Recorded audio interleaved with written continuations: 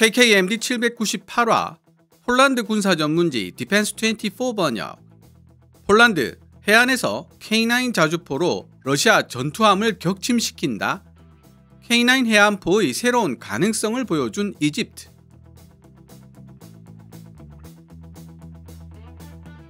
러시아 우크라이나 전쟁은 많은 것들을 바꾸어 놓았습니다.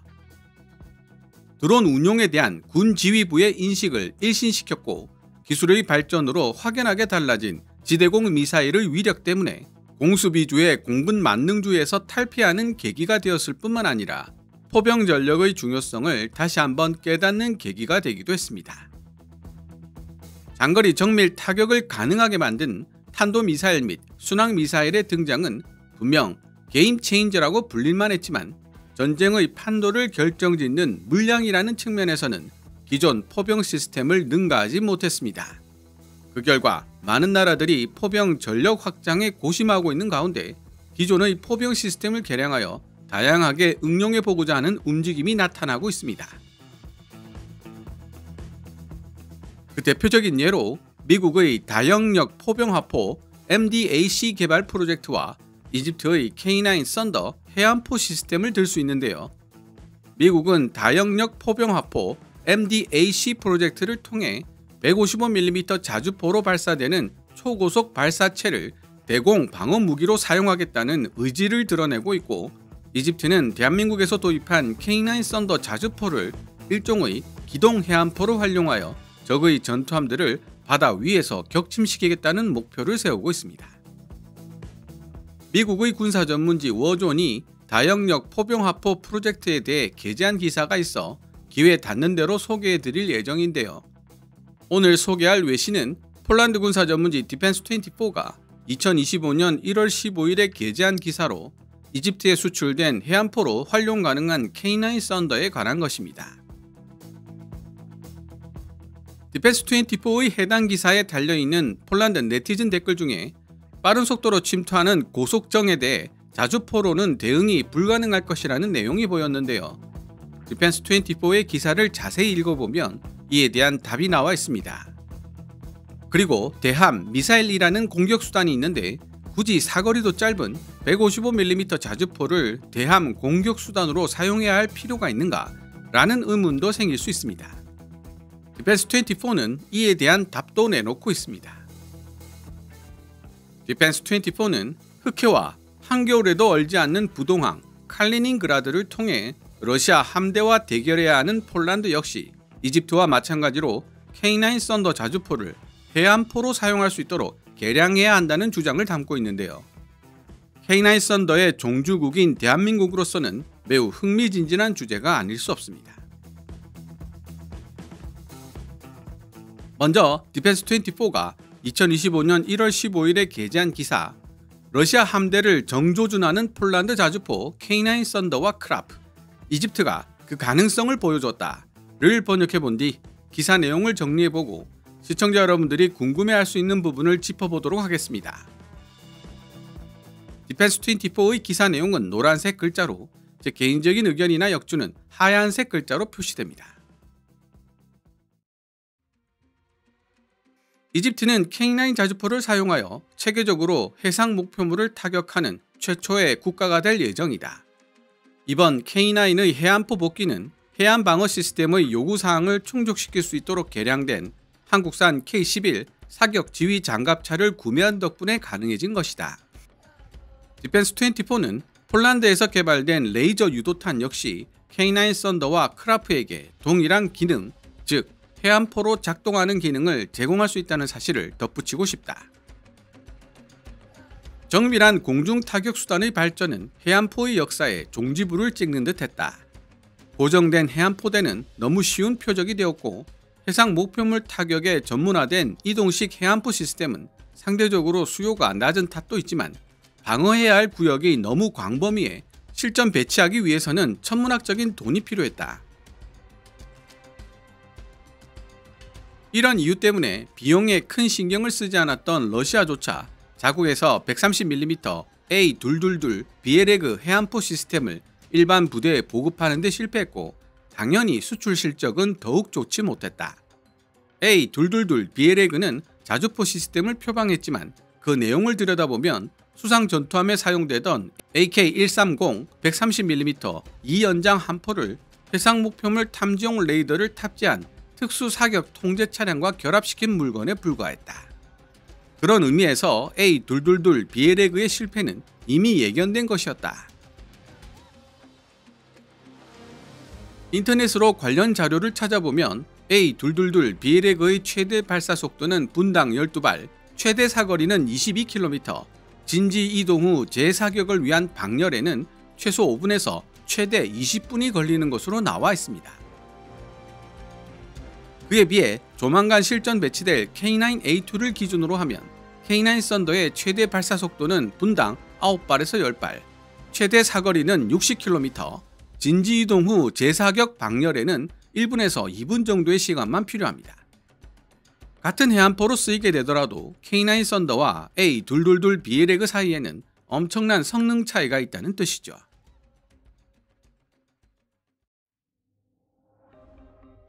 더구나 지상군에 쓰이는 표준 포병 시스템을 해안포로 사용할 수 있다면 해상 목표물을 타격하기 위해 굳이 전문화된 시스템을 따로 구축할 이유가 없는 것이다. 많은 국가들이 스스로 기동할 수 있는 자주포를 해안포 목적으로 사용해 보기도 했지만 이는 어디까지나 옵션이었다는 점에서 자주포를 해안포로 운용하는 방안을 실제로 진지하게 고려한 나라는 극소수에 불과했다고 볼 수 있다. 그러나 한국과 이집트는 극소수라는 말이 단 하나도 없음을 의미하지는 않는다는 사실을 보여주었다. 이집트는 해상 목표물과도 교전 가능한 능력을 이미 영구적으로 탑재한 K9A1 썬더 자주포 216문과 K11 사격 지휘 장갑차 51대를 구매했다. 이런 식으로 이집트는 폴란드, 호주, 에스토니아, 핀란드, 인도, 한국, 노르웨이, 루마니아, 터키 등 K9 자주포를 도입한 9개 나라에 해안포로 운용할 수 있는 새로운 길을 연 것이다. 중요한 부분은 이집트가 하나 에어로스페이스와 계약을 체결하기 전에 해안 방어를 위해 확장된 기능을 갖춘 K9 자주포 시스템을 실제로 테스트해 보았다는 사실이다. 즉, 우리는 미래에 등장할 솔루션이 아니라 이미 운용 중인 솔루션에 대해 이야기하고 있는 것이다. 해안포 능력을 갖춘 K9 자주포 1차 인도부는 내년 상반기부터 조달되기 시작해 2028년 12월까지 조달을 완료할 예정이다. 서방군사 전문가들이 강조하고 있듯이 새로운 임무에 대한 K9 자주포의 뛰어난 적응 능력은 더욱 다재다능하고 역동적인 방어 솔루션으로 변신할 수 있는 K9의 전략적 가능성을 보여준다. 별도의 전문화된 전투 자원을 할당하거나 구매하지 않고도 해안 방어를 적극적으로 수행할 수 있게 되었기 때문이다. 표준 탄약 기준 최대 40km의 사정거리를 지니고 있는 K9 자주포는 해당 범위 내에서 위협이 발생했을 경우 즉각적으로 이를 탐지하여 대응할 수 있다. 2024년 2월 신형 사거리 연장탄 K333 ERM-HE의 개발이 완료됨에 따라 K9 썬더의 최대 사거리는 60km로 늘어났습니다. 따라서 해안포로 운용될 K9 자주포의 방어 범위도 60km로 늘어난 셈입니다. K9 썬더 이집트 솔루션의 또 다른 장점은 하나의 해상 목표물을 향해 여러 발의 포탄을 동시에 발사할 수 있다는 부분이 될 것이다. 덕분에 K9 썬더는 고속 침투정처럼 빠르게 움직이는 물체에 대해서도 높은 명중률을 가지게 된다. 대한민국이 만든 자주포 K9 썬더는 MRSI라고 불리는 다중탄 동시 타격 기능을 갖추고 있어 사격 각도와 발사 시간을 변경하여 여러 발의 포탄으로 목표물을 동시에 타격할 수 있기 때문이다. 따라서 K9 해안포로부터 공격을 받은 전투함은 통상 공격보다 더 많은 포탄 세례를 받게 되고 자연스레 피격 확률이 높아질 수밖에 없다. K9 자주포는 15초 동안 포탄 3발을 급속으로 발사하거나 3분 동안 최대 분당 8발의 속도로 발사할 수 있다는 사실을 기억하면 충분하다. 이집트의 경우 현재 대한미사일이 아닌 일반 155mm 포탄에 대한 효과적인 방어 시스템을 갖춘 전투함들이 극히 드물다는 점도 매우 중요하게 작용했다. 따라서 일반 155mm 포탄에 대한 방어 시스템을 갖추지 못한 전투함이 해상 감시 시스템을 통해 탐지되면 지상에 위치한 K9 썬더 같은 포병 시스템들이 사정권에 들어오는 대로 효과적인 공격을 시도할 수 있게 된다. 폴란드에게 있어서도 대한미사일이 아닌 155mm 포탄에 대한 방어 시스템을 갖춘 러시아 전투함이 존재하지 않는다는 사실이 중요하다. 그리고 무엇보다도 포장도로에서 시속 67km의 속도로 이동할 수 있는 K9 자주포의 우수한 기동성과 폴란드 육군 탄약 창고에 비축되어 있는 대량의 155mm 포탄을 가장 효율적으로 사용할 수 있다는 잠재력을 간과할 수 없다. 더욱이 머지않은 미래에 폴란드 육군 탄약 저장고에 폴란드 국내 기업이 개발한 레이저 유도 정밀 포탄 APR-155가 포함될 가능성이 있기 때문에 K9 자주포로 구성된 해안포는 더욱 매력적이다. 이 레이저 유도 포탄은 전투함 같은 목표물과 교전하기에 안성맞춤이다. 예를 들어 드론이 공중에서 목표물을 레이저로 계속 지정해준다면 고속 침투정처럼 빠르게 이동하는 선박도 레이저 유도 포탄으로 타격할 수 있게 되는 것이다.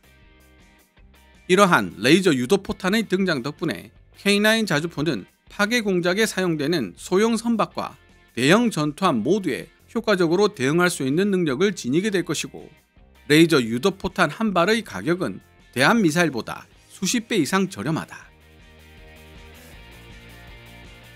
지금 현재 상황에서 가장 중요한 것은 이집트가 구매한 K9 해안포 솔루션의 핵심 내용이 K11 사격지휘 장갑차의 성능을 높이는 데 불과했을 가능성이 크다는 점이다. 목표물의 위치와 이동 경로 같은 정보를 제공하는 K11 사격지휘 장갑차는 이미 6개의 K9A1 자주포의 사격을 통제할 수 있는 능력을 지니고 있었다.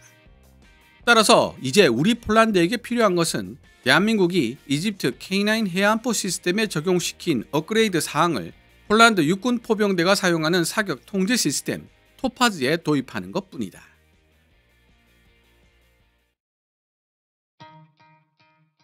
지금까지 폴란드 군사 매체 디펜스24가 2025년 1월 15일에 게재한 기사를 번역해 보았습니다.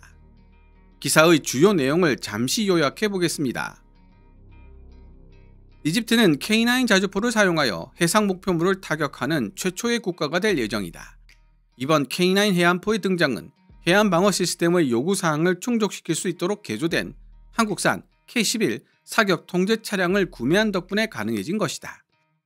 정밀한 공중 타격 수단의 발전은 해안포의 역사에 종지부를 찍는 듯 했다. 그러나 지상군에 쓰이는 표준 포병 시스템을 해안포로 사용할 수 있다면 해상 목표물을 타격하기 위해 굳이 전문화된 시스템을 따로 구축할 이유가 없는 것이다. 이집트는 해상 목표물과도 교전 가능한 능력을 영구적으로 탑재한 K9A1 썬더 자주포 216문과 K11 사격지휘 장갑차 51대를 구매했다. 중요한 부분은 이집트가 계약을 체결하기 전에 K9 해안포 시스템을 실제로 테스트해 보았다는 사실이다. K9 썬더 이집트 솔루션의 장점들 중 하나는 하나의 해상 목표물을 향해 여러 발의 포탄을 동시에 발사하는 능력, 즉 다중탄 동시 타격 MRSI 능력을 지니고 있다는 사실이며, 덕분에 K9 썬더는 고속 침투정처럼 빠르게 움직이는 물체에 대해서도 높은 명중률을 가지게 된다. 이집트의 경우 현재 대한미사일이 아닌 일반 155mm 포탄에 대한 효과적인 방어 시스템을 갖춘 전투함들이 극히 드물다는 점이 매우 중요하게 작용했다. 폴란드에게 있어서도 155mm 포탄에 대한 방어 시스템을 갖춘 러시아 전투함이 존재하지 않는다는 사실이 중요하다. 여기 더해 레이저 유도 포탄의 등장으로 K9 자주포는 빠른 속도의 소형 침투전과 대형 전투함 모두에 효과적으로 대응할 수 있는 능력을 지니게 될 것이고, 레이저 유도 포탄 한 발의 가격은 대한미사일보다 수십 배 이상 저렴하다. 대한미사일이라는 공격수단이 있는데 굳이 사거리도 짧은 155mm 자주포를 대함 공격수단으로 사용해야 할 필요가 있는가? 라는 의문에 대한 답이 기사 내용 요약에 잘 나와 있습니다. 대한미사일들이 멀리서 수상 전투함들을 정밀하게 타격할 수 있는 강력한 공격수단이라는 점에는 이론이 없지만, 대부분 고가의 무기 시스템이며 비축량에 한계가 있다는 문제점이 존재합니다. 그리고 현대적 수상 전투함들은 이러한 대한미사일들에 대한 방어수단을 갖추고 있습니다. 미국의 SM-2나 ESSM, 프랑스의 미카, 그리고 대한민국의 해공 함대공 미사일들이 대한미사일로부터 수상 전투함을 방어하기 위해 개발된 대표적인 무기체계들입니다. 펠렁스나 골키퍼 같은 근접 방어 무기체계 시위즈도 빼놓을 수 없죠. 그러나 현재 대한미사일에 비하면 너무나도 작은 크기를 지녔기 때문에 요격하기가 쉽지 않을 뿐만 아니라 어마어마한 물량을 자랑하는 155mm 포탄에 대한 방어책을 갖추고 있는 전투함은 존재하지 않습니다. 고정된 해안포라면 함대 지 미사일이나 함포 사격으로 무력화시킬 수도 있지만 K9 썬더처럼 우수한 기동성으로 진지 이탈을 밥 먹듯이 할 수 있는 해안포라면 수상 전투함 입장에서는 타격하기가 매우 어렵습니다. 그리고 무엇보다도 155mm 포탄은 대한미사일보다 수십 배 이상 저렴하고 적어도 수십만 발, 많으면 수백만 발 이상 비축이 가능하다는 장점을 지니고 있습니다. 예전에는 짧은 사거리도 문제가 되었겠지만 K9 썬더처럼 나날이 발전하고 있는 자주포들은 사거리 60km를 달성하게 되었습니다.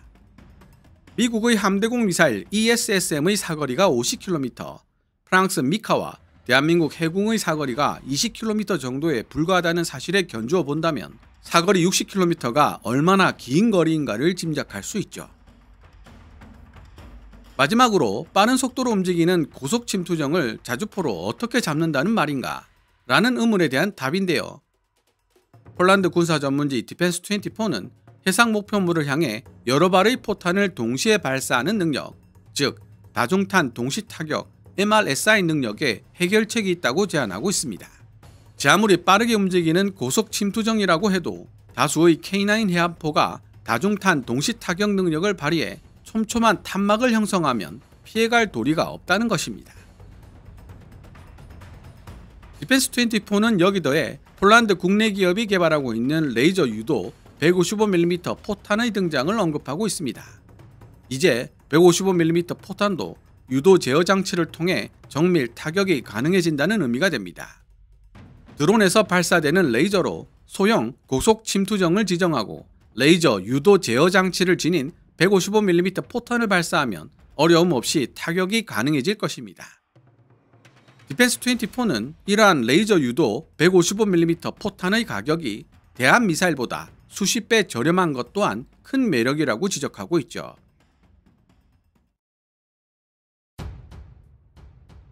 디펜스24는 마지막으로 해안포 역할을 할 수 있도록 개량된 K9 썬더 시스템의 핵심은 K11 사격지휘 장갑차에 있다고 언급하고 있습니다.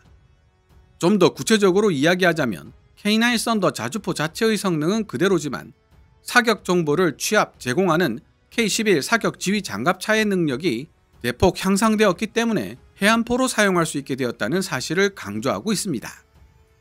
따라서 폴란드에 도입된 K9PL의 사격지휘 통제 시스템인 토파즈에 이를 적용한다면 특별한 개량 작업 없이 K9PL도 러시아 함대를 억제하는 해안포로 사용될 수 있다고 지적한 것입니다.